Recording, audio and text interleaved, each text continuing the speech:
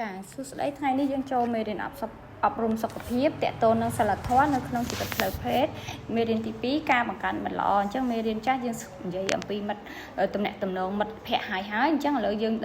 ដឹងថាតើមិត្តល្អនឹងមានលក្ខណៈសម្បត្តិអ្វីខ្លះចាអញ្ចឹងចំណុចទី1យើងនិយាយអំពីលក្ខណៈសម្បត្តិរបស់មិត្តល្អអញ្ចឹងមិត្តល្អមានច្រើនចំណុចដែលយើងត្រូវពិចារណាទី1គឺការពឹងពាក់បានអញ្ចឹងមានន័យថា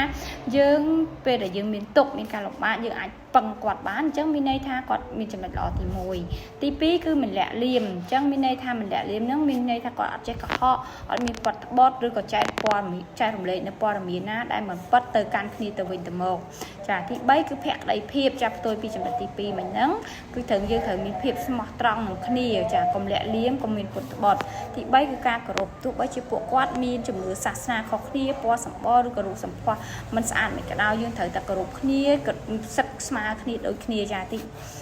បន្តមកទៀតគឺទី5និយាយអំពីភាពស្មោះត្រង់ឬក៏សំទោសភាពសប្បុរសអញ្ចឹងភាពសប្បុរសហ្នឹងមានន័យថាយើងអាចចែករំលែកអ្វីដែលយើងមានហ្នឹងទៅកាន់មិត្តភ័ក្តិជាទ្រព្យសម្បត្តិឬក៏ជានំចំណីជាដើមទី2បន្តទៀតគឺទី6និយាយអំពីការការពារចាការការពារហ្នឹងយើងត្រូវចេះការពារមិត្តភ័ក្តិពេលដែលគាត់មានគ្រោះថ្នាក់ឬក៏មានអ្នកណាម្នាក់ចង់និយាយធ្វើបាបគាត់ចាទី7គឺភាពស្មើគ្នាជាត្រូវមានលក្ខណៈស្មើគ្នាដោយពិតប្រកបអត់មាន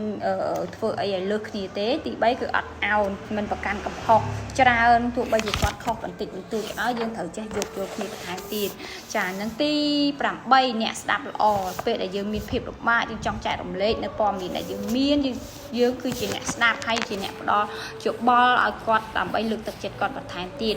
នឹងទី9ចុងក្រោយគឺការជួយការពារគ្នានឹងជួយដោះស្រាយបញ្ហាគ្នាចាអញ្ចឹងចូលចំណុចទី2គឺការបង្កើនមិត្តល្អអញ្ចឹងក្នុងការបង្កើនមិត្តល្អយើងមាន2ចំណុចតែ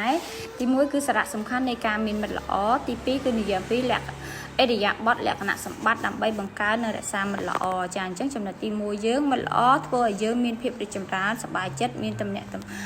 នុកចិត្តចែករំលែកទុក្ខលំបាកជួយគ្រប់គ្រងនិងជួយលើកទឹកចិត្តនៅពេលយើងមានការលំបាកជួយកាត់បន្ថយភាពតានតឹងតប់ប្រមល់ធ្វើឲ្យយើងមានអារម្មណ៍ថាយើងមានតម្លៃនិងគាត់ជួយលើកទឹកចិត្ត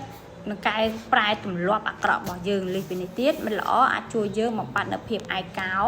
ចាឯកាហ្នឹងផ្ដល់ឲ្យយើងនៅកម្លាំងចិត្តសុភមង្គលជួយបង្កើតភាពរីករាយឲ្យយើងផងដែរចាអញ្ចឹងចូលចំណុចទី2និយាយអំពីអរិយាបថសម្បត្តិអរិយា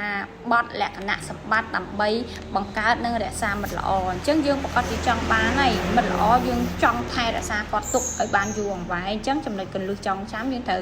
មិត្តភាពត្រូវពឹងផ្អែកលើភាពស្មោះត្រង់គោរពនិងឲ្យតម្លៃគ្នាទៅវិញទៅមកប្រសិនបើមានមិត្តភ័ក្តិធ្វើឲ្យយើងមានអារម្មណ៍ឈឺចាប់ពួកគាត់នឹងសុំទោសអភ័យទោសឲ្យគ្នាទៅវិញទៅមក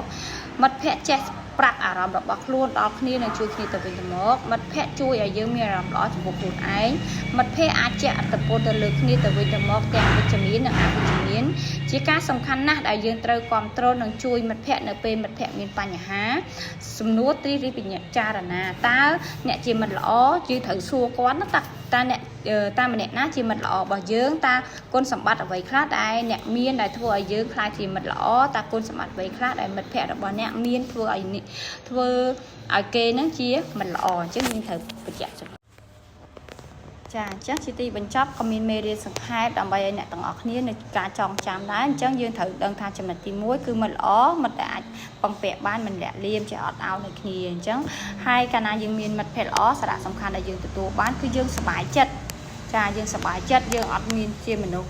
ឯកោយើងបំបត្តិនៅភាពតានតឹងអបប្រមល់ដែលយើងធ្វើហើយអ្វីដែលសំខាន់នោះគឺកែប្រែទម្លាប់អាក្រក់របស់យើងមិត្តខ្លះក៏គាត់ជួយកែប្រែទម្លាប់របស់យើងអញ្ចឹងដើម្បីរក្សាទំនាក់ទំនងនឹងយើងត្រូវតែរក្សាទំនាក់ទំនងនៃការសន្ទនាគ្នាកុំទុកចោលគ្នាយូរពេកត្រូវរក្សានិយាយរកគ្នាអញ្ចឹងត្រូវចេះតាក់ទងគ្នាឲ្យបានញឹកញាប់កុំទុកយូរទៅនិយាយគ្នាម្ដងក៏មិនមែនជាមិត្តភ័ក្តិដែរអញ្ចឹងទំនាក់ទំនងបែបហ្នឹងធ្វើឲ្យយើងឆាប់បែកបាក់ចាឆាប់ផ្ដាច់ចេញពីមិត្តភ័ក្តិអញ្ចឹងនៅបន្ទាប់ពីហ្នឹងហើយយើងធ្វើលំហាត់បានទាំងអស់គ្នាចា